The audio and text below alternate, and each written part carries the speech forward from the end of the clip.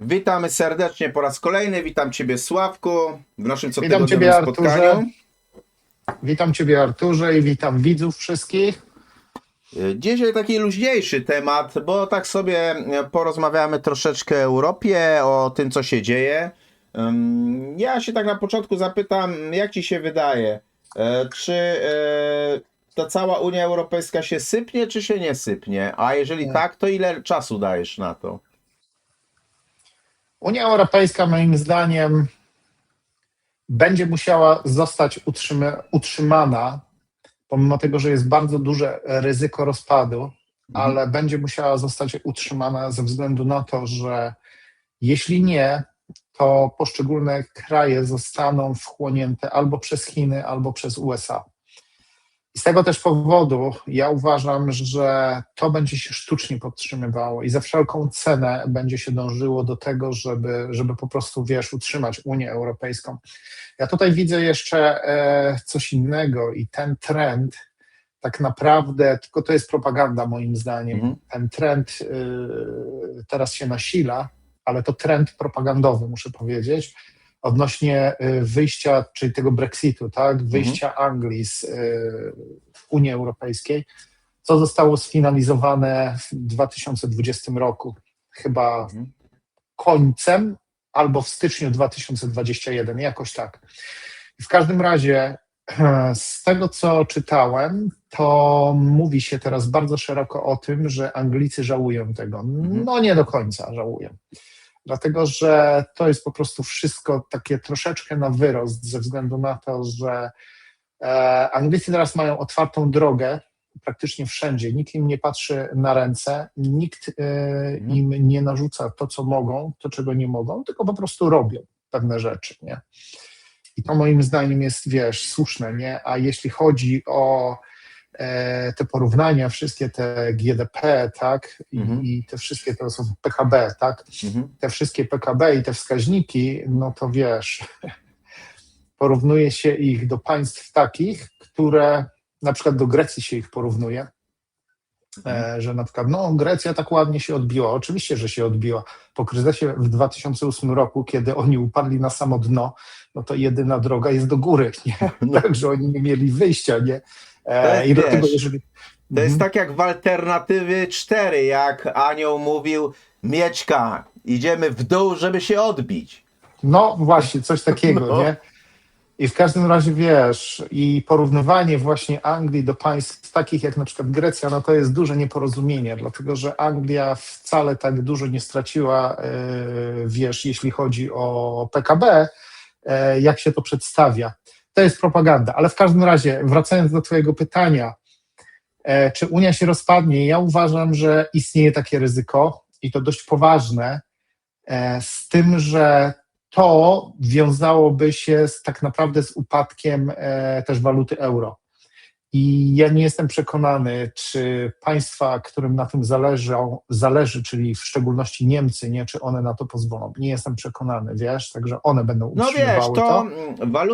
Waluta to jest kwestia wtórna, dlatego że istnieją państwa, które na przykład obracają dolarem i nie mają swojej waluty, a obracają dolarem, albo przystąpiły do strefy euro, nie będąc w Unii. No weźmy sobie Czarnogórę bodajże.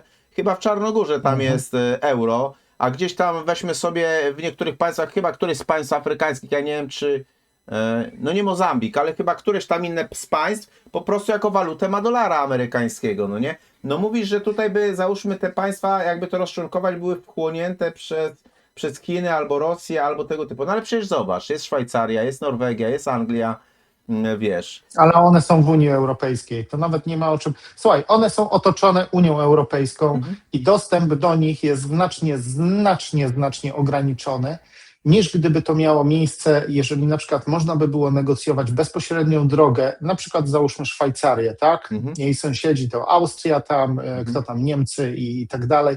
Jeżeli można by było negocjować drogę na przykład przez Czechy przez najpierw Słowację, tak, Ukrainę, Słowację, Czechy, tak, i przez na przykład Austrię, czy na przykład Węgry bezpośrednio do Szwajcarii, to każde z tych państw jest już niejako uwiązane na przykład z Chinami. I z tego też powodu byłoby znacznie łatwiej po prostu te państwa wyłuskać i przeciągnąć po prostu na którąś stronę. I tutaj cała Europa mogłaby się stać takim rynkiem zbytu właśnie dla Chin. Nie? To jest też takie ryzyko, nawet jeżeli Unia Europejska przetrwa, ze względu na finanse. O tym będziemy mogli porozmawiać sobie później. No, spokojnie. Ale jeżeli pytasz mnie, jeżeli ja mam się wypowiadać na temat tego, czy Unia przetrwa, ja uważam, że jest duże ryzyko rozpadu Unii Europejskiej, ale jeżeli do czegoś takiego dojdzie, to będzie się wiązało z ogromnym, ale to ogromnym kryzysem i to w większości globalnym. Na pewno rozciągnie się ten kryzys na całą Europę, ale też i na Afrykę, państwa Bliskiego Wschodu. Ameryka, przypuszczam, że na tym jeszcze lepiej wyjdzie, dlatego że straci po prostu jakiegoś rywala, rywalizację i z tego też powodu Ameryka na tym skorzysta, dlatego że będzie po prostu pogłębiała strefę wpływów. Ogólnie uważam, że takie ryzyko jest, ale jeżeli miałoby do tego dojść, wiesz co, to ja tak szacuję, jeżeli i o ile miałoby do tego dojść, ja bym dawał do dekady, do 10 lat, że coś takiego się po prostu odbędzie, nie? Do 10 lat. Znaczy wiesz, ja myślę, osobiście ci powiem, że ja dożyję jednak tych czasów, że będzie jakieś międzymorze, albo ten świat się weźmie i jakoś poprzestawia. Ktoś by mógł powiedzieć, że wiesz co, że no to jest raczej niemożliwe, ale pamiętaj, że my się urodziliśmy, kiedy było ZSRR, Czechosłowacja i NRD, tak? Teraz żadnego z tych państw de facto nie ma, więc my już taki jeden przetasowanie przeszliśmy w życiu, więc ja nie mówię, że przetasowanie nie będzie, bo te 3 państwa się sypnęły bez jednego wystrzału. Zwróćmy też uwagę na jeszcze inną rzecz, to co ja tak się zastanawiam i tak sobie patrzę, że widzisz, im większe złodziejstwo widzę, nie? Im ktoś nachalnie kradnie, tym znaczy, że on ma mało czasu. A on się już spieszy, żeby nachapać się. Mówisz, że musiałoby upaść, no nie? Pewnie euro by upadło, ale zanim euro upadnie, to w mojej ocenie jeszcze się zrobi właśnie CBDC, tak? Czyli kwestie cyfrowej waluty. Bo to będzie możliwość na kradzież, na dużą kradzież. Tak, ale CBDC będzie euro. I to będzie też euro, tylko że w formie cyfrowej, a nie w formie na przykład papierkowej. I to będzie się nazywało tak samo. A jeśli chodzi o CBDC, to jest odrębny temat ze względu na to, że w momencie, kiedy masz cyfrową walutę, wtedy państwa ci nie dotyczą. To nieważne, gdzie jest, to znaczy dotyczą cię tylko pośrednio ze względu na to, że tak długo jak masz bank centralny, który jest przypisany do jakiegoś obszaru geograficznego, niekoniecznie do państwa, bo to jest ważne, i tak długo jak dane narody, mniejszości jakieś tam etniczne zgodzą się na używanie tego, no to wtedy CBDC jak najbardziej ma rację bytu, dlatego że to jest tak naprawdę umowa między bankiem a ludźmi, którzy używają tego CBDC. Nie? Natomiast jeśli chodzi o euro ma status waluty Unii Europejskiej. Jeżeli jakieś państwo będzie chciało używać też tej waluty, to tak z punktu widzenia ekonomicznego oznacza, że to państwo jest na tyle słabe, że ono po prostu nie jest w stanie wytworzyć swojej własnej waluty. Co za tym idzie, to państwo jest słabe ekonomicznie, bo wyobraź to sobie, jeżeli ty używasz na przykład sąsiada narzędzi, no bo tak to nazwijmy, to wiadomo, że tych narzędzi nie masz sam. I z tego też powodu ty musisz je pożyczać. Jeżeli masz dobrego sąsiada, który ci, wiesz, pożyczy te narzędzia za darmo, no to spoko, nie? Ale jeżeli nie, to będziesz musiał za to płacić. I tutaj jest haczyk. I dlatego to, co wspomniałaś o Czarnogórze, tak, ale Czarnogóra stoi bardzo, bardzo kiepściutko. Ja nie sprawdzałem nawet, ale można to sprawdzić, rozumiesz, jak Czarnogóra stoi, jeśli chodzi o PKB, jeśli chodzi o finanse. A ja jestem przekonany, że gdybyśmy to teraz sprawdzili, to okazałoby się, że to jest na tyle słabe państwo, że ono po prostu musi podczepić się pod jakiegoś, wiesz, mocniejszego gracza, bo inaczej po prostu nie odbije się, w żaden sposób nie odbije się od tego, od dna.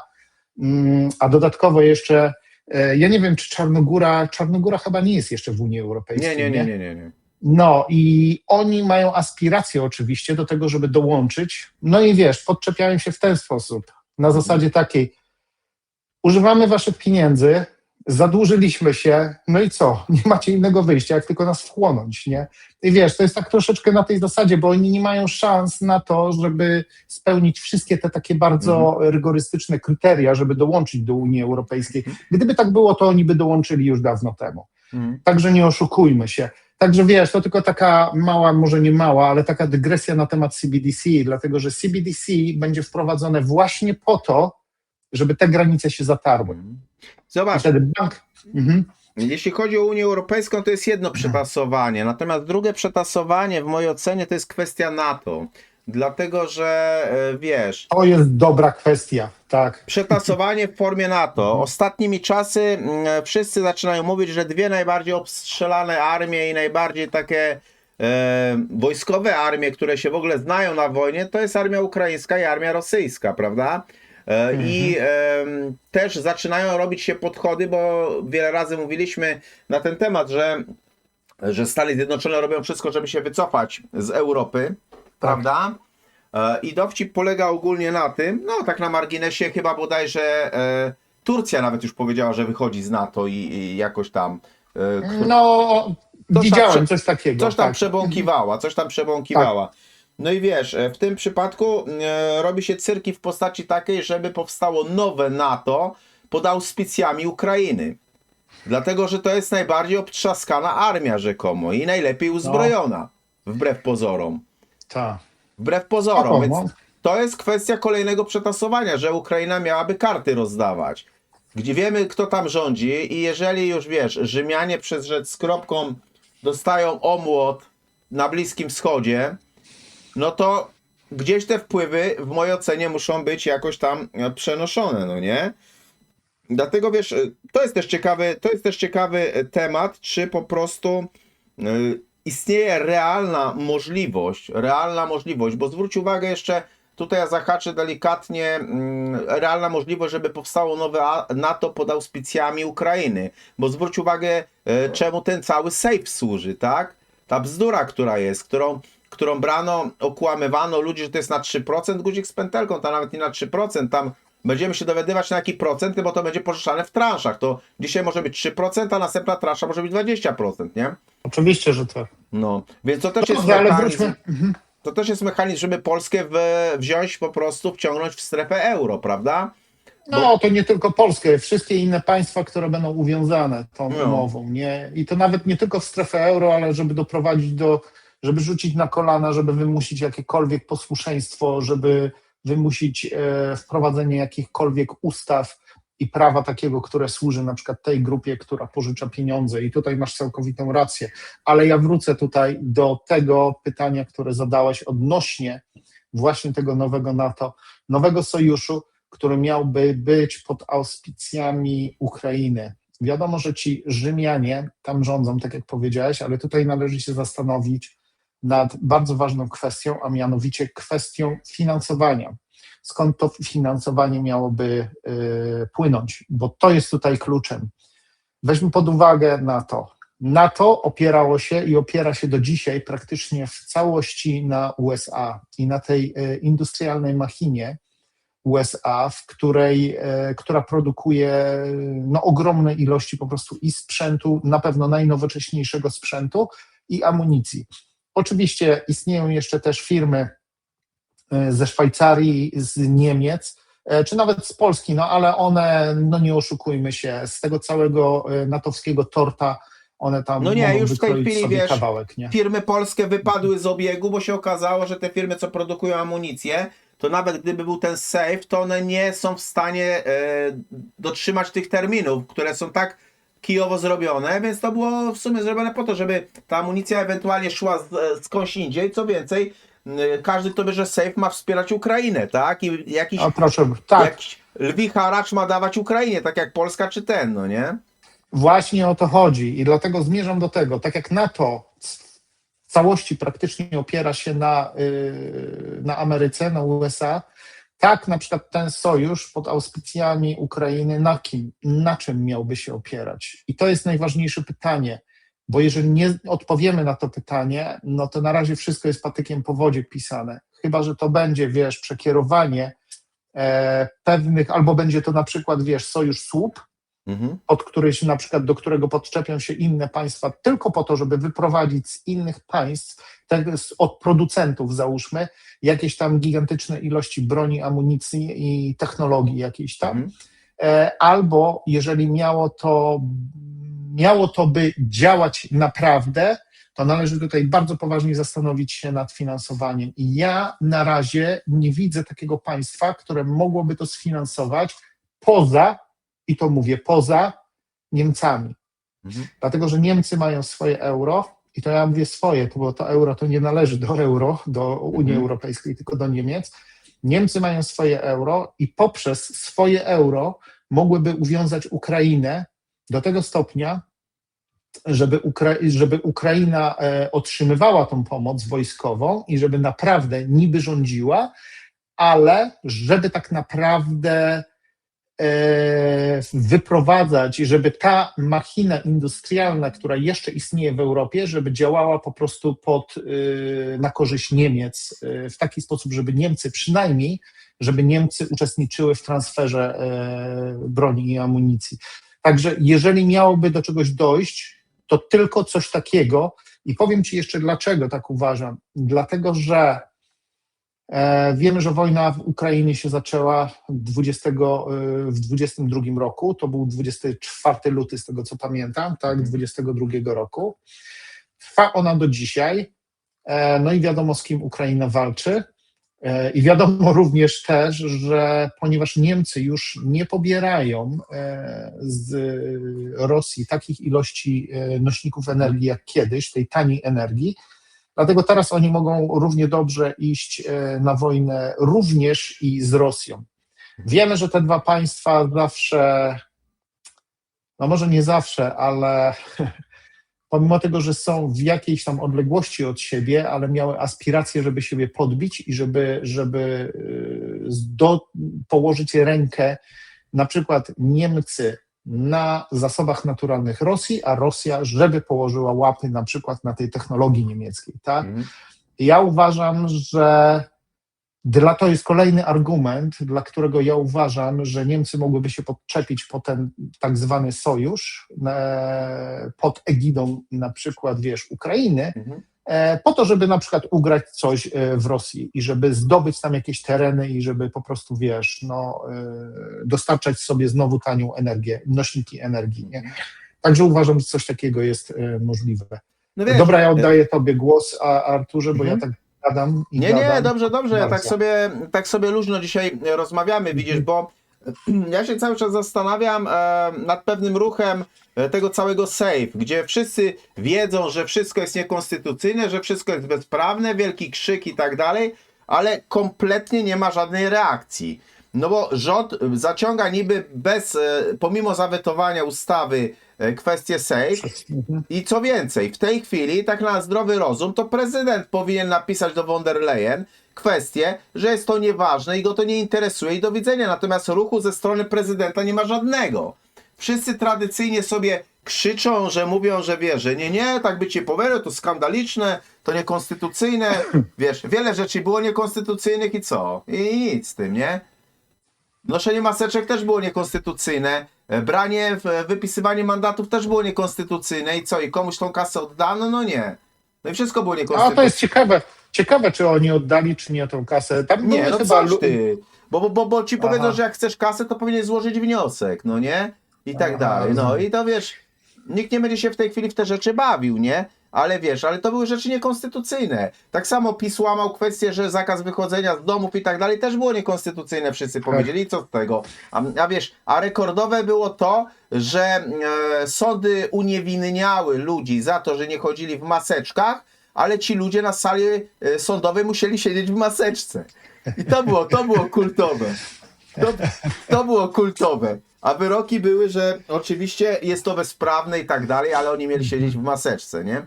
Także wiesz, Ja pamiętam to wariactwo. tylko Pamiętam. wiesz, to wariactwo, zobacz, że to wariactwo w chwili obecnej powraca i mechanizm jest z powrotem ten sam, ten Tak. sam. Wiesz co, bardzo podobny, bo skala jest znacznie inna, nie? Także... No nie, ale wiesz, w tej chwili przynajmniej oni mówią, bo wiedzą, że już ludzie tacy głupki, większość z nich nie będzie, więc oni mówią, że no to nie jest aż takie groźne jeszcze i tak dalej, ale wtedy z COVID-em też mówili. No przecież ten cały minister zdrowia mówił, że po co są maseczki, czy one chronią? Nie, one nie chronią. On sam mówił, potem kazał ludziom zakładać jakieś przyłbice, a potem powiedział, że z przyłbicami to na Grunwald można iść. To jest tak jakby napluł ludziom w twarz. Ostatnio oglądałem, powiem Ci szczerze, taki ciekawy filmik, gdzie pokazywali tego całego Hanta, czy Hanata, czy jak to tam on się nazywa, tego wirusa. I tam oczywiście wszyscy w tych kombinezonach chodzą, wszyscy tam psiukają, dezynfekują i nagle jakiś mistrz drugiego planu wchodzi sobie na luzaka, wiesz, nie? Po prostu identyczny filmik jak ze Srowidem był, wiesz. Identyczny, nie? Wiesz co, jeśli chodzi o tego wirusa, zaraz przejdziemy do tego wirusa. Ja tylko chciałem jeszcze, porozmawiać, troszeczkę na temat tego sejfu i na temat, tego, co tam w Europie się dzieje. Wiesz, co mi przychodzi na myśl? Wszyscy zjeżdżają, może nie wszyscy, ale bardzo wiele ludzi, ogromna ilość właśnie tych emigrantów teraz zjeżdża do Polski. Oni zjeżdżają do Polski ze względu na to, że w Polsce jest znacznie lepiej, w Polsce PKB jest wyższe i po prostu żyje się lepiej. No, czy tak jest? Nie wiem i powiem szczerze, że na pewno jest lepiej niż wcześniej, ale czy to jest takie Eldorado? Nie wiem. Tutaj nasi widzowie mogą się wypowiedzieć, proszę bardzo, komentujcie. Ja tylko powiem wam, jak to widzę. Właśnie ze względu na tą ustawę 447, właśnie ze względu na tą Ukrainę, która ponoć ma stworzyć swój własny sojusz, oni będą potrzebowali państwa słupa do tego, żeby to państwo tak naprawdę obracało gotówką nie swoją i przy tym, żeby się zadłużało po to, żeby działało na korzyść innego państwa. I ja uważam, że Polska będzie promowana na takie państwo, wiesz, i ze smutkiem ja tutaj stwierdzam, że to, co się teraz odbywa w polityce, na całej arenie polskiej, politycznej oczywiście, no można wyciągnąć takie wnioski ze względu na to, że no, nie podejmuje się na przykład decyzji, które służą Polakom, tylko podejmuje się decyzje, które służą na przykład Ukrainie, prawda? I jeżeli, ja mówię jeżeli i o ile do czegoś takiego dojdzie, no to uważam, że Polska będzie doskonałym krajem właśnie, żeby stworzyć takie państwo słup, przez które będą transferowane ogromne ilości gotówki. Polakom się będzie mówiło, że no popatrzcie, jakie my mamy pieniądze, popatrzcie, ile spłynęło do nas pieniędzy. Tak, tylko że te pieniądze są inwestowane nie w Polsce i nie służy to polskiemu narodowi, tylko służy to narodowi jakiemuś tam innemu. Czy to będzie ukraiński, czy rzymski, tak, to już nie ma znaczenia. Znaczenie ma tylko to, że po prostu Polska będzie musiała po prostu w jakiś sposób partycypować w tym procederze. A teraz, tak jak mówię, ta ustawa 447, jeżeli Rzymianie będą chcieli, przez Z z kropką oczywiście, jeżeli będą chcieli wyciągnąć od Polski gigantyczne pieniądze, które idą w setkach miliardów dolarów, to powtarzam, to jest to, co Wojciech Sumiński mówił, w setkach miliardów dolarów, no to niestety, ponieważ Polska teraz tego nie ma, no to trzeba będzie przynajmniej stworzyć namiastkę jakiegoś tam Eldorado, jakiegoś dobrobytu, po to, żeby Polska w jakiś sposób była w stanie funkcjonować, a dodatkowo, żeby jeszcze była w stanie wypłacać te pieniądze. Nie? W następnym kroku oczywiście zaczną się jakieś tam zawłaszczenia, czy to ziem, czy zakładów jakichś tam przemysłowych, czy jakichś innych elektronicznych, które przynoszą dochody. To już nie ma znaczenia, ale ja w taki sposób po prostu to widzę. Nie? No a jak ty myślisz, Artur, bo my tak rozmawialiśmy na temat tego sejfu i na temat tego, wiesz, jak to się rozwija i zaraz przejdziemy do tego hantawirusa. No, Słuchaj, jak ty myślisz, w jaki sposób to się rozwinie? Jakie są tutaj pułapki, jeśli chodzi o ten sejf? Procenty to jest jedno. Co procenty, jeszcze? słuchaj, procenty to jest jedna sprawa. Druga sprawa, że to jest jedna wielka niewiadoma. Poza tym trzecia sprawa mnie bardziej niepokoi inna rzecz. Bo mnie bardziej niepokoi, wiesz, kwestia, że mówię, rząd sobie zaciągnął pomimo, bo gdyby nawet nie było tej ustawy, ale była ta ustawa i było weto prezydenta. Więc to już była kwestia bardzo istotna. Było weto prezydenta. I ja się zastanawiam, co dalej. I co dalej prezydent zrobił. Bo dalej zwróć uwagę, że PiS i Platforma trąbią dalej zawsze w jedną trąbkę. I one tak samo trąbiły za czasów pseudopandemii i za czasów pseudowojny. Bo przecież oni nie byli żadni... Po co komuś opozycja, która robi to samo co rząd? Tak. No to nie jest żadna opozycja na zdrowy rozum. I przecież w stosunkach ukraińskich to i Platforma i PiS w jedną trąbkę trąbiły. I w No pseudopandemii tak samo. I kwestia tego typu, to jest tylko różnica, komu sprzedawali Polskę. Jedni sprzedawali tym, inni sprzedawali jeszcze innym. To jest najbardziej przerażające, wiesz, że powinien być jakiś ruch stanowczy ze strony prezydenta. No i ja nie widzę ze strony kancelarii prezydenta, nie widzę kompletnie żadnego ruchu, bo rząd sobie wziął i mówi, że oni biorą sobie sejf i huk. Artur, rozmawialiśmy na ten temat, znasz moje zdanie, ja je powtórzę tutaj jeszcze raz. I albo to oznacza, co jest bardzo prawdopodobne, że Polska już została zawładnięta przez tych Rzymian, przez Z z kropką i prezydent jest tutaj tylko no, po prostu Marionetką. jakąś tam marionetką, dokładnie, która musi być ze względu na to, żeby utrzymywać na miastkę jakieś tam pozory tej demokracji. Tutaj powiem ci, wejdę ci w słowo, ja bym się wcale nie zdziwił, bo jak od władzy odszedł Duduś, to efekt był taki, że był z nim wywiad w telewizji. I nie pamiętam, czy Rymanowski, czy któryś inny taki sensowny dziennikarz powiedział coś takiego do Dudusia, czy uważa pan, że obecnie Karol Nawrocki będzie tą twardą ścianą wobec rządu Tuska, Donalda Tuska. Że będzie w stanie coś zmienić. I czy chyba, będzie w to było stanie takie cokolwiek pytanie. zmienić.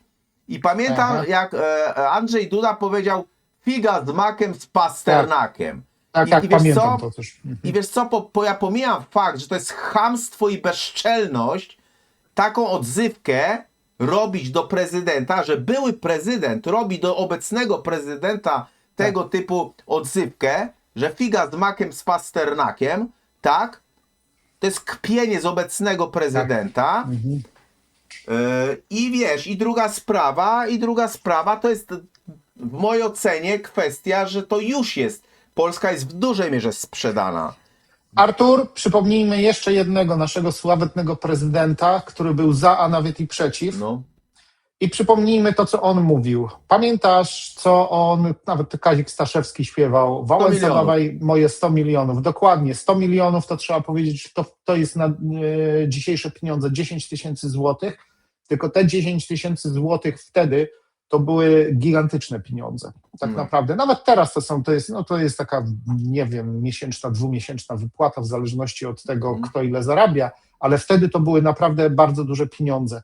Pamiętam, że Wałęsa wypowiadał się wtedy i ja chyba w Radiu Z albo RMF-ie to słuchałem i pamiętam, że się wypowiadał i mówił, bo oczywiście dziennikarka zadała, nie pamiętam kto, to była chyba dziennikarka, zadała mu pytanie, no to co z tymi 100 milionami? Przecież miał pan rozdawać każdemu, żeby każdy, kto chce, żeby otwierał swój biznes, nie? I on powiedział wtedy coś takiego, że ja chciałem, ale tamci mi nie pozwolili. I jak ta druga strona, dziennikarka, chyba była dziennikarka, zaczęła go ciągnąć za język i wypytywać, a oni, to znaczy kto? Bo to jest ważne, nie? Ja pamiętam, że on wtedy, no jak to oni? On oczywiście zamotał się trochę i zrzucił to wszystko na SLD i zrzucił to wszystko na komuchów, nie? Z tym, że ja wtedy też tak myślałem, muszę powiedzieć, ale z tym, że teraz z perspektywy już dekad, ja wcale nie jestem przekonany, czy tutaj nie chodziło właśnie o to, o czym my teraz mówimy. czyli o tych Rzymianach, którzy tak naprawdę już po II wojnie światowej, to ja mówię, dr Ewa Kurek też o tym pisze w swoich książkach, którzy zawładnęli Polską i praktycznie wszystkie te kierownicze stanowiska, na pewno w powojennych tych służbach, które uciskały Armię Krajową, one były właśnie obejmowane przez tych Rzymian, przez Z z kropką, którzy po prostu zmienili sobie nazwisko na polskie. A tak naprawdę oni grali do całkiem innej bramki i dla innej drużyny grali. W tym momencie wypowiedź i Dudy, i Wałęsy no świadczy bardzo wiele. Ja tak samo słyszałem, i ja to mówię, że nawet Kwaśniewski, nasz były prezydent, on tak samo jest pochodzenia rzymiańskiego, tak? I ponoć też jest bardzo mocno osadzony tam, no i po prostu z tego też powodu no, on został wypromowany tam na prezydenta Polski, tak, po to, żeby wprowadzać tam jakieś ustawy, które służą tamtemu narodowi, a nie Polsce wcale, nie. Puenta tego wszystkiego, to o czym mówiłeś, Artur, niestety, ale Nawrocki nie jest w stanie podjąć takich decyzji, Nawrocki nie jest w stanie przeforsować coś takiego ze względu na to, że no my niestety, ale musimy brać pod uwagę to, że ja nie mówię, że Polska jest stracona, bo nie jest. W żadnym wypadku. Z tym, że musimy wziąć pod uwagę, że Polska jest w bardzo poważnej sytuacji teraz, jeśli chodzi właśnie o te elementy, które działają dla tego państwa na Bliskim Wschodzie. No i niestety zobaczymy, jak to się rozwinie. Mi się tutaj bardzo podoba inicjatywa Wojciecha Sumińskiego, który po prostu i robi wykłady i stawia tam te różne kontenery w Jedwabnym po to, żeby po prostu uświadamiać ludziom, gdzie jesteśmy, co należy z tym robić, na kogo głosować, na kogo nie głosować, po to, żeby po prostu ludzie podjęli sami decyzję. Takie jest moje zdanie. Uważam, że państwo polskie zostało tak bardzo zawładnięte przez tych tak zwanych Rzymian, że niestety, ale przeforsowanie teraz czegokolwiek no, jest naprawdę bardzo trudne. Takie jest moje zdanie. No coś z tego jest. A kwestia tego wiruska? No wiesz, słuchaj, na temat tego wirusa, co tak jak powiedziałeś, ja teraz obserwuję to jest tak jak powtórka z rozrywki, wiesz, nie?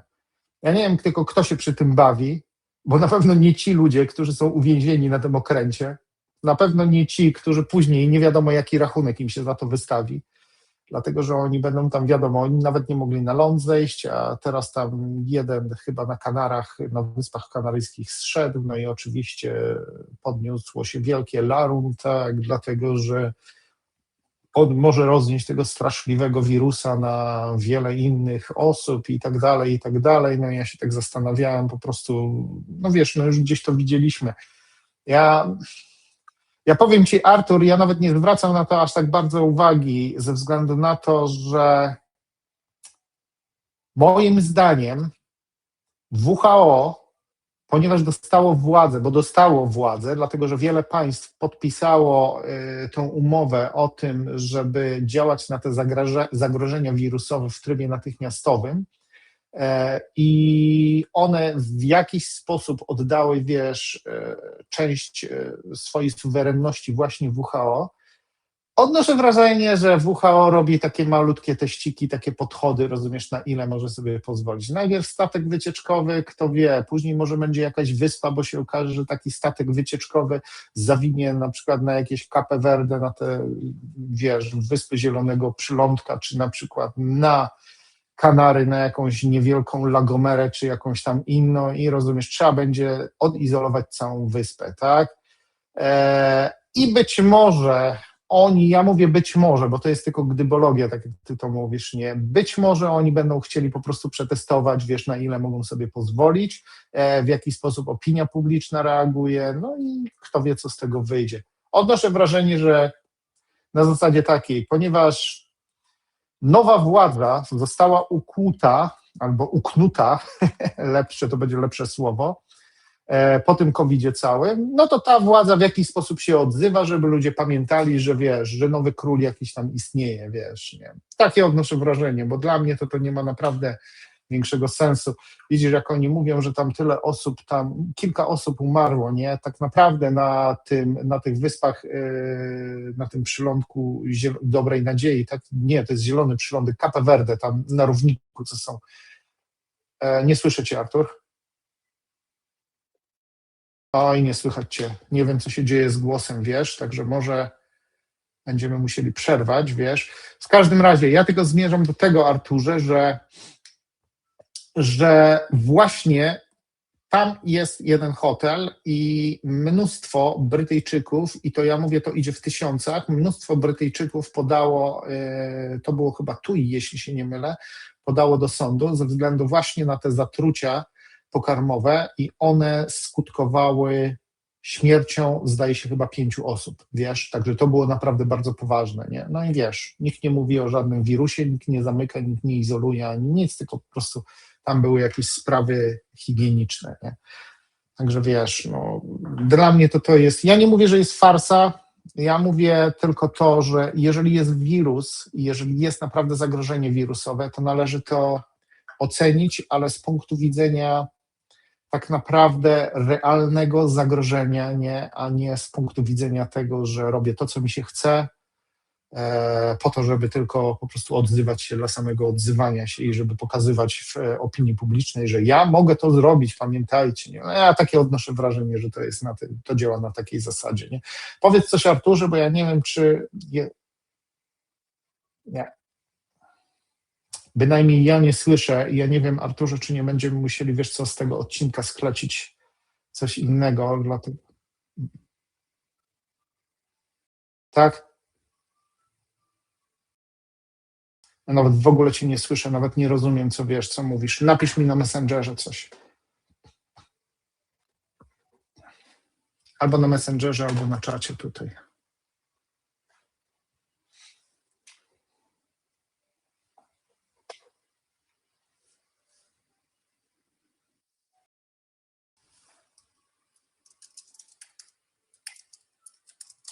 No, ja ciebie wcale.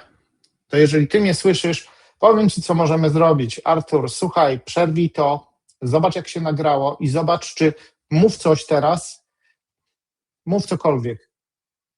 Tak, i przewiń to i zobacz, czy się nagrało, czy nie. Jeżeli się nagrało, to w takim razie tylko po mojej stronie, ale szczerze w to wątpię, dlatego że ja tutaj dźwięk mam normalnie, ale...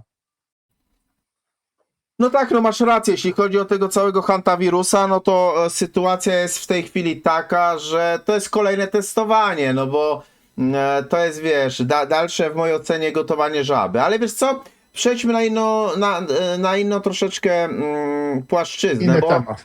bo wiesz co, na inny temat, bo 9 maja został zaprzysiężony oficjalnie na premiera Magyar na Węgrzech, prawda?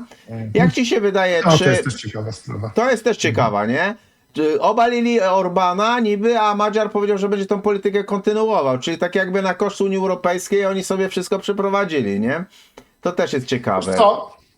Węgry są tak małym państwem, jeśli chodzi o populację, że one muszą się bronić rękami i nogami, żeby nie zostać wchłonięte przez jakieś inne państwo większe. Wokół takie większe państwo jest tylko jedno, które mogłoby ich wchłonąć i to jest Ukraina, niestety. Z tego też powodu ja uważam, że Węgrzy mają świadomość tego, że oni muszą wszyscy grać do jednej bramki, pomimo tego, że mają tam opozycję i mają tam jakieś, wiesz, swoje niesnaski, no ale jednak ten wątek narodowościowy wygrywał u nich. I ja powiem ci szczerze, że dla mnie to jest, wiesz, po mistrzowsku rozegrane, nie? Nie, Dlatego, to że jest, wiesz, dla mnie to jest rewelacja. świetna sprawa, naprawdę, no bo to jest, wiesz, takie, no z jednej strony tak, Orban zły, trzeba go odsunąć do władzy, później oczywiście wybierają... Wiesz, mi to powiem ci tak, mi to przypomina troszeczkę rewolucję francuską, gdzie ścieli króla, bo nie będzie monarchii, będzie Republika Francuska, no i w nagrodę sobie wybrali cesarza, nie? No. No właśnie. No bo Napoleon był cesarzem. Także Tak, no i tak, i tutaj będzie coś podobnego, z tym, że wiesz, tutaj należy zwrócić jedną uwagę, że o ile Orban od tam chyba 20 roku rządził poprzez te wszystkie rozporządzenia, ustawy, rozporządzenia, takie, które nie miały żadnego umocowania prawnego i one nie miały po prostu mocy prawnej, żeby wymuszać na ludziach posłuszeństwo. O tyle teraz ten Madziar, z tego co wiem, on zniósł ten stan wyjątkowy, który był ogłoszony jeszcze w czasie COVID-a. No i teraz po prostu, żeby przeforsować pewne rzeczy i żeby stworzyć coś nowego, no to trzeba będzie naprawdę uzyskać większość w tym ich parlamencie. Nie? Także taka jest różnica. Orban rządził, dlatego że przychodziło mu to bardzo łatwo i to poprzez ten stan wyjątkowy. To jest to, czego ja się obawiałem w Polsce, muszę powiedzieć. Nie, na całe szczęście do tego nie doszło i mam nadzieję, że nie dojdzie. No teraz doszło to już znormalizowało się i teraz standardy zostały przywrócone, no i zobaczymy, co ten Madziar zrobi, ale ja uważam, że wiesz, że jeżeli oni zaczną wprowadzać ustawy, które mają umocowanie prawne, jeżeli zaczną naprawdę wojować z Unią Europejską, to o czym na początku mówiliśmy, Arturze, no ciekawe, jak długo to się utrzyma, bo ja uważam, że Unia Europejska wystawi Węgrom tak ogromny rachunek, że oni nie będą w stanie go spłacić, chyba że sprzedadzą wszystkich ludzi, wszystkie fabryki i cały przemysł wraz z terenami, wtedy tylko będą mogły w jakiś sposób myśleć o tym, żeby wyzwolić się. Czy na tym dobrze wyjdą, czy nie, to już wiesz, jest pytanie otwarte, dlatego że ja nie śledzę, nie jestem tam specjalistą, jeśli chodzi o te wszystkie wiesz, rzeczy i tą sytuację całą, która tam panuje. Wiem, tylko stworzyłem sobie taką fajną mapkę, że w Węgrzech, no jeśli chodzi o napięcie ekonomiczne jest i to jest praktycznie we wszystkich państwach, poza tam Szwajcarią i Irlandią, Norwegią tak samo, no a poza tym to wszystkie państwa w jakiś sposób no po prostu są albo niezbyt optymistyczne, albo są wręcz, panuje wysoki niepokój społeczny odnośnie tego, co się tam dzieje. Na pewno taki niepokój społeczny panuje w Rumunii, Bułgarii, Grecji. No w Bułgarii wybrali chodzi... teraz Orbana 2, nie? No bo w Bułgarii jak Tak. były wybory, to znowu wzięli też. No. Tak. Tak.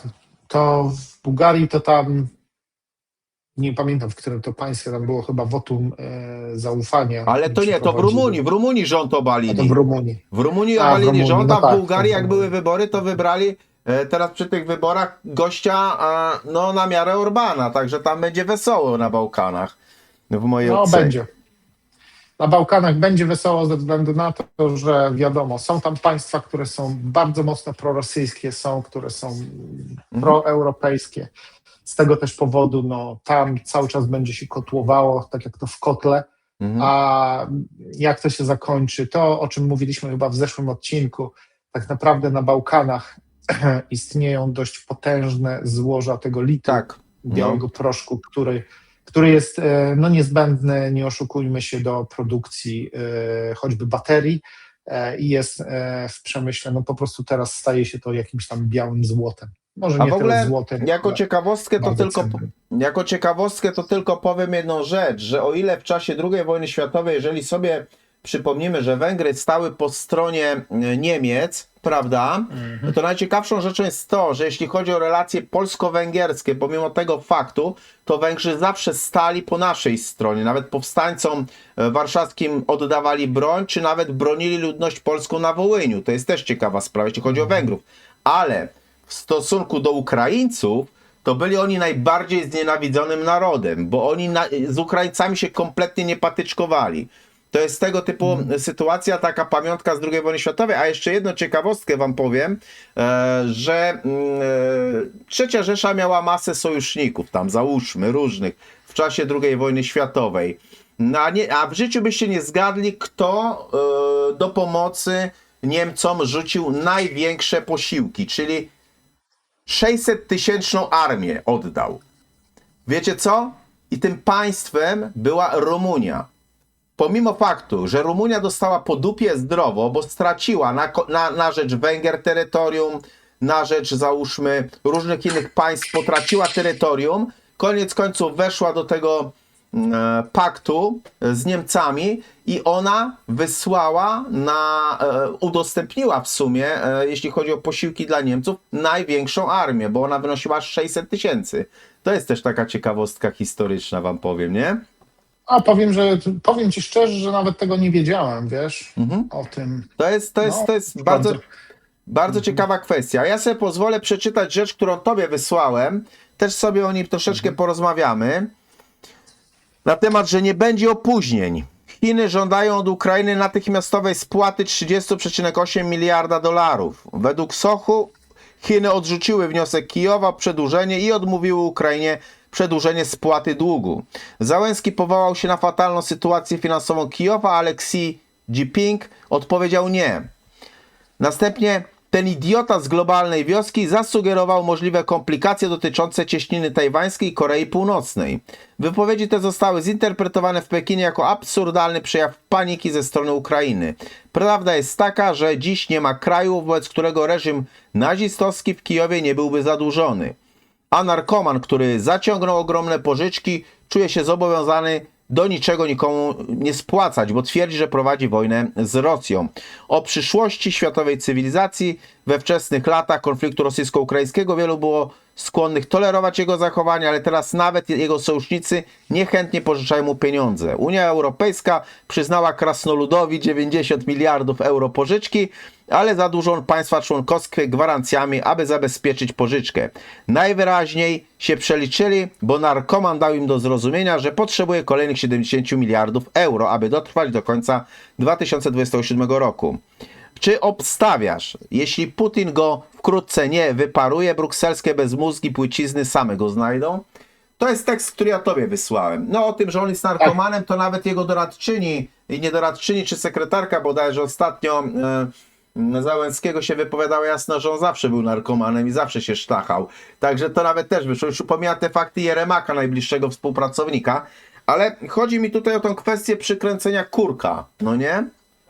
Przykręcenia kurka Ukrainie przez Chiny, prawda? No, czy ten Wiesz cały co, safe Artur? i te różne inne rzeczy, i te pożyczki, one przypadkiem nie idą na spłatę tych długów chińskich. Artur, to co ci powiedziałem. Wiesz, wcześniej wspomniałem o tym, że Polska ma być, wiesz, państwem słupem, przez które będą transferowane ogromne ilości pieniędzy, tylko tych pieniędzy Polska nie zobaczy, to znaczy zobaczy tylko, jak będą przechodziły przez konta i Polska w jakiś sposób jeszcze będzie musiała za to płacić, dlatego że no, niestety, ale to nie my będziemy głównymi beneficjentami. Tak to jest zrobione i niestety, ale tak długo, jak ci Rzymianie z kropką rządzą Polską, tak długo Polska na pewno nie będzie podejmowała decyzji, które służą narodowi polskiemu. Jeśli chodzi o spłatę długu, czy niespłatę długu, ja uważam, że Ukraina jest obecnie tak zadłużona, ale to tak bardzo, że Ukraina nie będzie w stanie spłacić tego długu. A co robi ten, który nie jest w stanie spłacić długu? On nie ma nic do stracenia. Będzie pożyczał na potęgę, dlatego że wie, że i tak będzie musiał ogłosić Upadłość. bankructwo, upadłość, niewypłacalność i tyle. No i co mu zrobią? Nic mu nie zrobią. Ja uważam jeszcze dodatkowo do tego, ja uważam, że Załęski robi to ze względu na to, że on już wie, że jakiś czas temu Ukraina została podzielona. To, o czym rozmawialiśmy wcześniej. On wie, że z Ukrainy nie da się wyprowadzić już nic poza tym, co do Ukrainy wpłynie. Dlatego, że wszystko, co zostało w Ukrainie, co jest w Ukrainie, na terenie Ukrainy, zostało już rozparcelowane i zostało podzielone przez jakichś głównych graczy, no i po prostu on w jakiś sposób Powiem stara ci się. jako ciekawostkę, Wiesz, że tutaj bardzo często w Polsce się powołują na Jackowskiego, no nie? Że niby to jasnowic i tak dalej. Ja tam mam swoje zdanie na jego temat.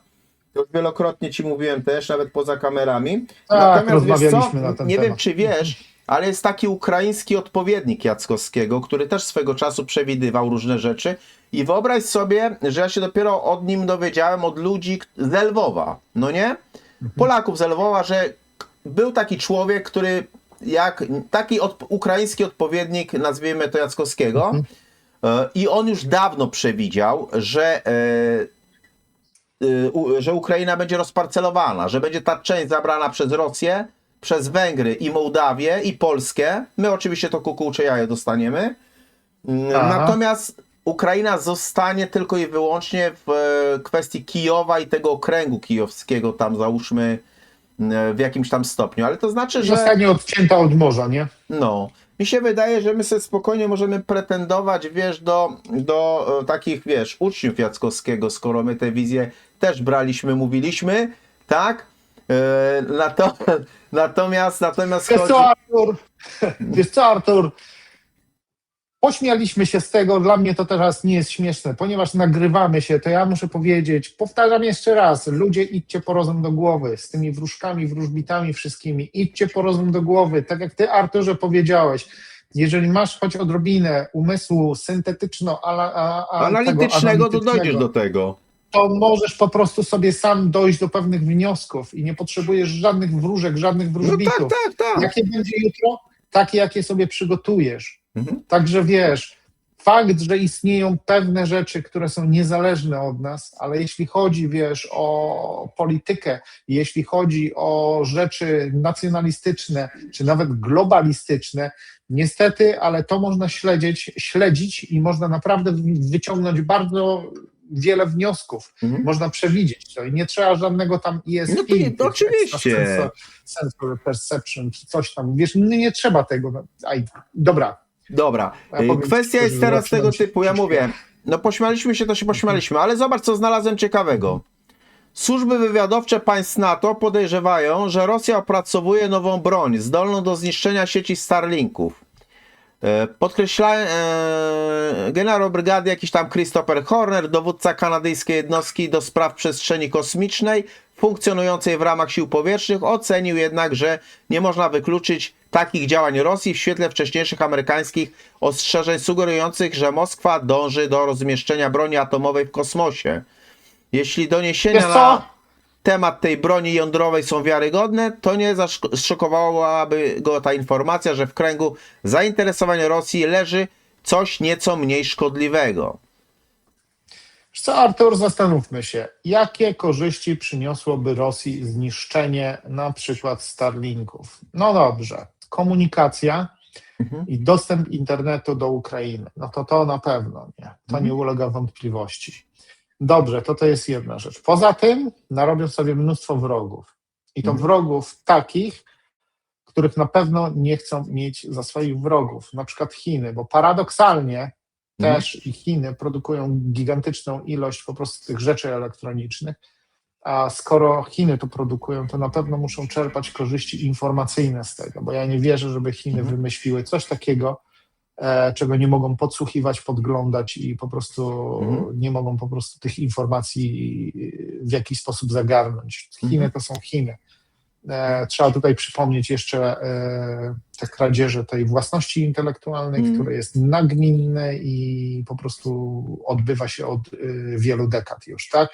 Jeżeli Rosja miałaby coś takiego zrobić, okej, ale ja uważam, że na obecnym etapie Rosja niesprowokowana mało prawdopodobne, żeby ona, wiesz, posunęła się aż tak daleko.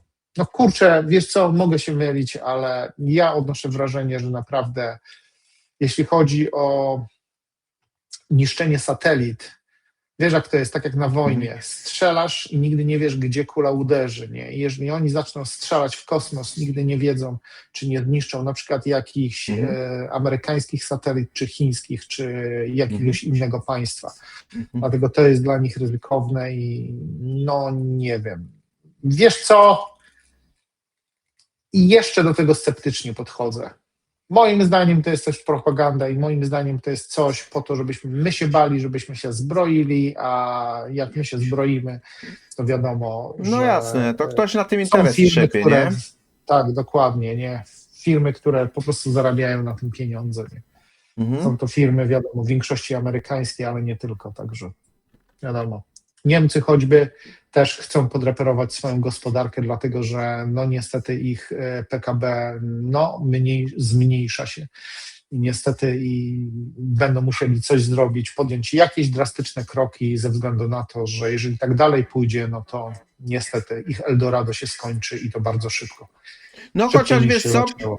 chociaż powiem ci, że słyszałem bardzo ciekawą opinię na temat tego, że Niemcy nie są w stanie wystawić armii, dlatego że w chwili obecnej masa Niemców, którzy są zdolni do tego, żeby iść pod broń, to nie są w ogóle Niemcy, tylko to są muzułmanie. I w sumie Niemcy tak, w dużej słyszałem. mierze boją się rozdać broń muzułmanom, żeby nie było po prostu rzezi tak naprawdę, bo ci ludzie i ta Dokładnie. generacja, która jest w chwili obecnej zdolna do noszenia broni w Niemczech, to ona kompletnie nie jest związana z Niemcami poza kwestiami finansowymi, nie? Być może dlatego oni starają się, wypromować wojska ukraińskie jako, armię numer jeden w Europie, po to, żeby ich użyć w jakiś sposób. Niemcy to są Niemcy i niestety, ale one wielokrotnie pokazywały, że potrafią manipulować. Tak.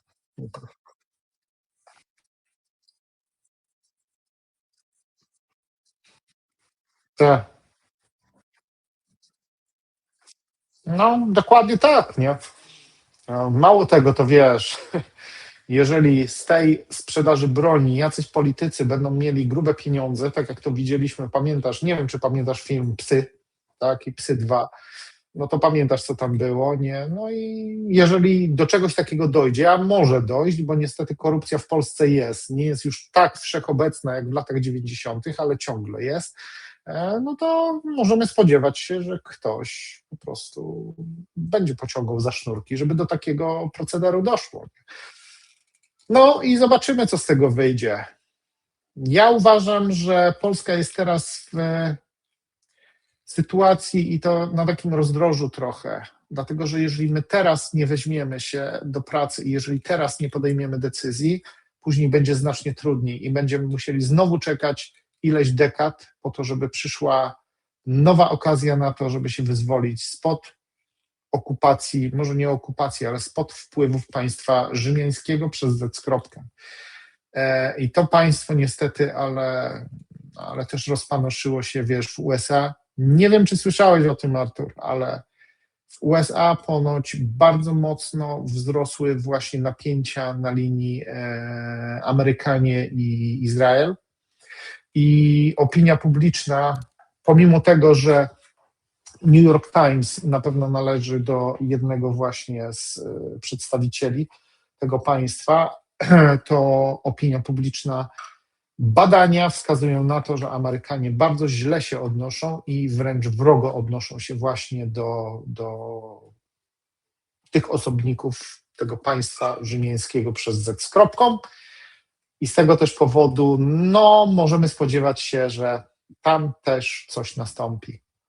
Bo jeżeli zrobi się zbyt gorąco, to albo oni wprowadzą jakiś stan wojenny, albo dojdzie do wojny domowej jakiejś, po to, żeby po prostu wyzwolić się z jakichś elementów zagranicznych, które po prostu niestety, ale niszczą gospodarkę amerykańską. Nie oszukujmy się, bo to, że ludzie mają pracę, to jest jedno, ale to, że cała ta broń i amunicja idzie do innego państwa, to jest drugie. Nie wiem, czy widziałeś też, że tak naprawdę te wszystkie zamówienia, które miały być, na pewno Szwajcaria teraz ostatnio już też się wypowiadała na ten temat, że bardzo poważnie rozważają zmianę, odejście od zerwanie z tymi kontraktami amerykańskimi i po prostu szukają alternatywy, dlatego że USA już powiedziało, że ze względu na wojnę i w Ukrainie, i na Bliskim Wschodzie oni nie będą w stanie wywiązać się z tych kontraktów. To też dotyczy Polski. Co z tego, że my zainwestowaliśmy mnóstwo pieniędzy w armię, i w broń, i w amunicję. Jeżeli my tej broni i amunicji nie mamy i nie będziemy mieli jeszcze przez kilka dobrych lat, nie?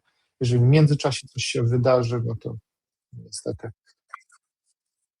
No właśnie, no właśnie.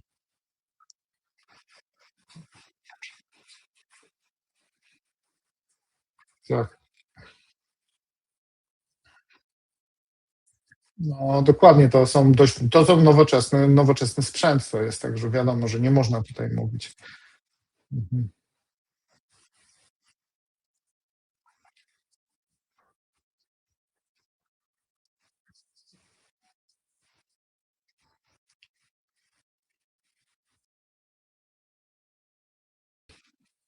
No ja tym bardziej. Ja mogę się tylko domyślać, że tutaj ktoś pociąga za sznurki, ci, którzy chcą tak naprawdę, wiesz, mieć swoje udziały właśnie na terenach Ukrainy.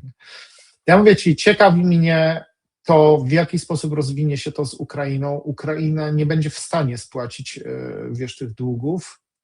Ukraina, nie wiem, czy została podzielona. Ja byłem pewny w zeszłym roku, że została podzielona wtedy, kiedy Trump odgrażał się, że on po prostu nie podpisze, nie pozwoli podpisać Ukrainie tej takiej korzystnej umowy na te metale ziem rzadkich, tak? Ja wtedy byłem przekonany, że do tego już doszło. No ale powiem szczerze, że teraz nie jestem przekonany, czy to USA będzie beneficjentem, czy jakieś inne grupy, wiesz. Naprawdę nie jestem tego taki pewien. Mhm. Tak,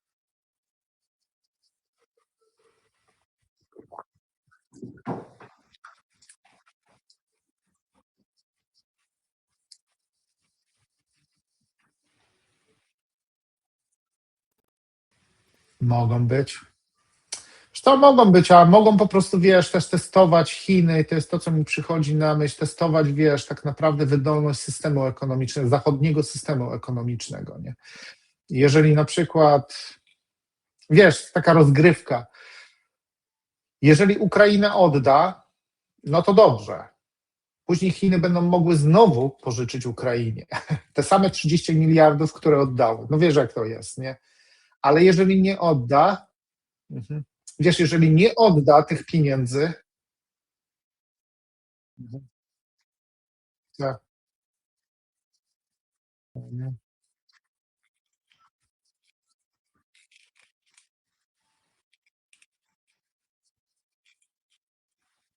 Tak,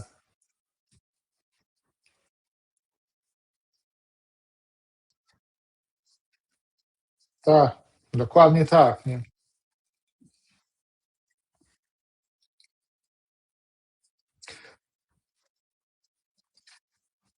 Tak, ale ja tutaj chcę spojrzeć na to z perspektywy Chin. Chiny, wymuszając na Ukrainie oddanie tej pożyczki, one w jakiś sposób testują, wiesz, to, na ile mogą sobie pozwolić i na ile Ukraina jest ważna na przykład dla Unii Europejskiej i dla Ameryki.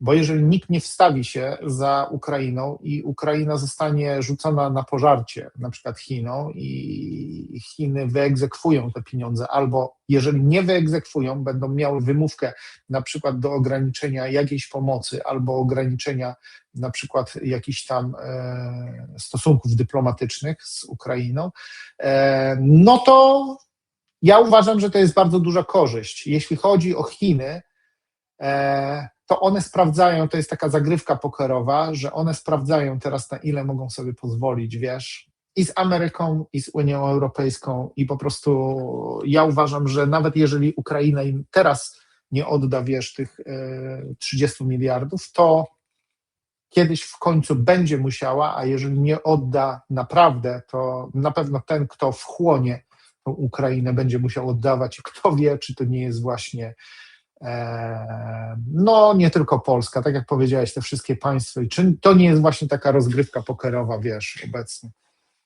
Jest tam wiele rzeczy, które bardzo mocno zastanawiają i trzeba po prostu czekać. Ja nie mam dostępu do informacji, do których nie mają dostępu inne osoby, Możecie po prostu sami posprawdzać pewne strony internetowe, pewne źródła i sami wyciągnąć wnioski z tego, co się dzieje, dlatego że to, co się dzieje obecnie, no jest zmianą porządku. Tego, który został ustalony dawno temu, po II wojnie światowej na pewno nie.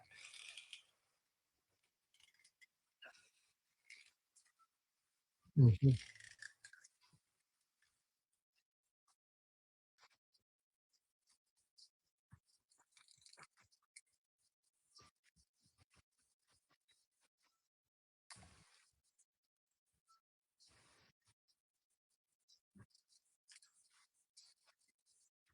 Dziękuję Ci, Arturze, dziękuję naszym widzom. No i tak jak Artur powiedziałeś, komentujcie i będziemy rozmawiali.